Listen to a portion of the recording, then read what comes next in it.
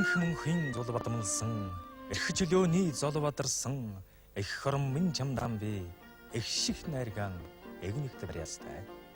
Харазны ус булгийн бүрия, ханижлий минь хархан нүдэ. Хан улс, хангайн нурууд, хайрт аавын минь ханагар дүрэ. Урсгал ариван мөрөн голон, удам тижинхэн уураг гэдгээ.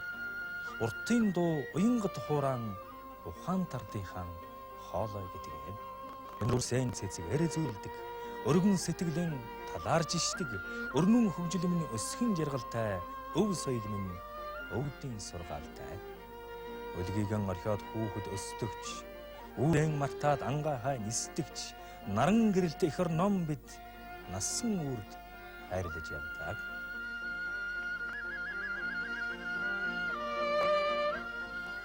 За энэ 1997 онд Монгол Улсын төрийн саярхалт Яруу найрагч нэр зохиолч Шойдлжийн ламсран ахсны 80 насны болох юм аа. Тэгэхээр энэ хүний тухай бид бол их хэмиг нэхэн дурсаж ярих юм боломжтой. Ламсрангуй Монголын уран зохиолд 1940 оны дундуур орж ирсэн хүн.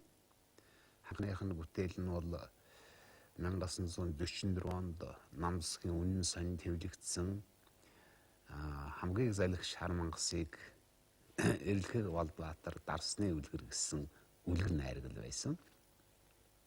Энэ бол ард амын зохиолтой их холбоотой. Гэхдээ эх орны дайны зүйлт төмний эх орны дайны ялтыг дүүхэн баримттай нь их тулгуурласан. Тэгээд дүрслэлийг бол үлгэрийн байдалд аман зохиолын дүрслэлд туйлсын дүрслэлд хэлбэржүүлж хийсэн их сонирхолтой бүтээл байсан байгаа. За энэ бүтээл бол эх орны дайны үеийн Монголын утга зохиолын сод бүтээлийн нэг гэж одоо ч үнэлэгддэг юм бүтээл байгаа юм. Энэ бүтээлээр Ламсрангуй уншигчтай байлдаж авсан.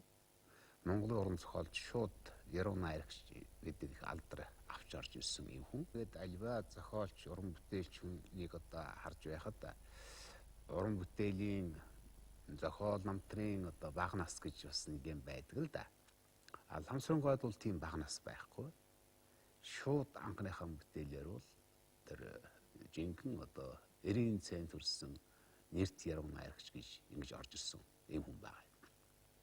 Энэ үеэс бол Ламсрангуй уран бүтээл цэцгэлж хөгжиж эхэлсэн. 1947 онд Ламсрангуй хоёр төвөр гарсан. Нэг нь бол одоо энэ миний урд байна. Энэ өгүүлэг ба майр болол гэж. Тэгээ энэ бол өрүүлс үгийн зохиол. Өгүүлэг, майр бололын төрөл дээр бичсэн. Энд хэд хэдэн их сонин өгүүлэг бий.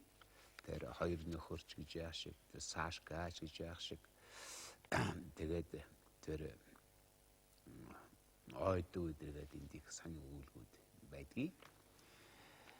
За мөн энэ 47 онд Ламсрангуй Монголын уран зохиолын од болж төгссөн энэ Хүрэн морь гэдэг энэ найргал дангаараа хэвлэгдэж гарсан юм. Тусгай номоор.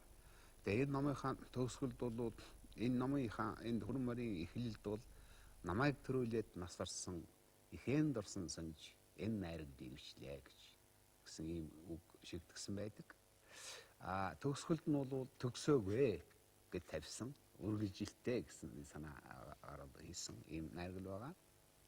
За энэ бол өнчийнхөө өнөр Хүрэн морь хоёрын амьдрал үйл явдлаар Монголын ард түмэн яагаад эрх чөлөөний төлөө, тусаа тогтнолын төлөө хувьсгал тэмцэлд боссон юм бэ гэсэн. Тэр нийгмийн учир шалтгаан зүй тогтлыг бол уран зохиолын дүрслэлээр нээж өгсөн ийм том бүтээл болсон л да. За үүнээс хойш энэ Хүрэн морь бол нийтдээ 8 удаа хэвлэгдлээ.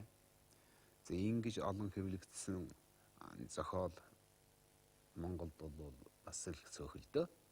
Энэ юу харагдж яах вэ зэрэг уг найргалын их амьдрах чадлыг бол харуулж байна. За нөгөө талаар бид өвөр Монголын радио сонсож байхад бол энэ Хүрэн морь найргалыг хуурын гişгэн даруулж хуурдан одоо шүлгэж хэлж ийсэн. За энэ 60-аад оны үед бид Улаанбаатар хотод Бурятийн зохиолчдын хорооны урилгаар одоо зочлоход Навансран даргалт Хамсрангуй Батбаярга зохиолч явсан юм л да. Галт тэрэгний уудал байруул Хамсрангуйг одоо энэ Шим дэргэсэн Намжилов гээд зөвлөлт Бурятийн ардын яруу найрагч манайд бас нэг ажиллаж байсан. Угтаж явсан. Тэгээд 2 хоногийн дараагаар бол энэ Бурятийн радиогийн алтан фонтыг үзүүлсэн. Энэ Бурят Хамсрангуйн хөрөн морин найргалыг хөгжмийн гişгтэй одоо нэвтрүүлсэн тэр одоо бичлэгийг сонсгож тэгээд энэ бол манай Бурятийн радиогийн алтан санд одоо мөнгөрсөн бүтээл гэж ингэж хэлж ийсэн байгаа. За манайхан бол сайн мэднэ. Олон одоо захиалга уншигчдын одоо юу ингэж ирдэг. Тэгэхээр ганцхан энэ хөрөн 47 онд гарсан энэ хоёр номын анхны одоо ном нь энийг л үзэхэд л одоо нийт Монголны хэмжээнд Монгол энэ их одоо үстэй юм зохиол болсон байна. 1948 оноор сургууль тарахт өгч байв. Нэг өдөр хичээл тарахаас өмнө гэр ангийн хаан гадаа завсарлагаанд олжээ байтал ангийн багш намайг дуудлаа. Гүйж хөрвөл өөрөөсөө нэг жин ном гаргаад